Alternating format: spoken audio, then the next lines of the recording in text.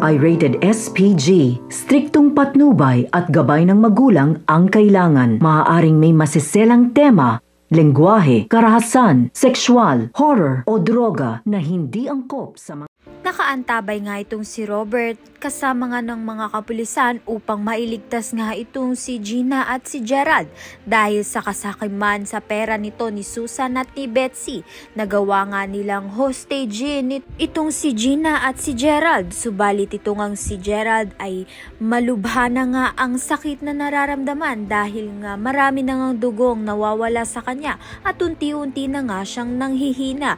Dahil dito takot na nga itong si Gina na baka mawala na nga sa kanyang piling itong si Gerald. Samantalang tumakas na nga itong si Susan at si Betsy matapos ngang maibigay ni Robert ang kanilang hinihingi na pera. Subalit dito na nga hinuli itong si Susan habang itong ang si Betsy ay nahulog nga sa supermarket. Dahil dito kasama nga ng kanyang anak na si JR ay mamamaalam na nga sila.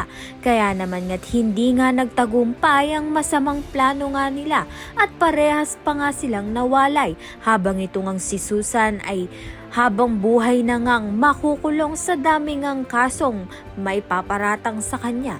Kaya naman nga't yan at iba pa ang dapat nating pakaabangan. Maraming salamat sa iyong panonood.